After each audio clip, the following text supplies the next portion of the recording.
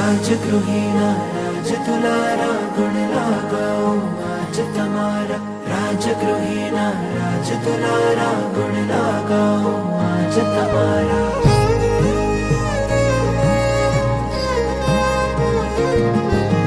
રાજગૃહી ભૂપત ભારી અરજી અવધારો મારી કચ્છપ લંછન નાધારી અરજી અવધારો મારી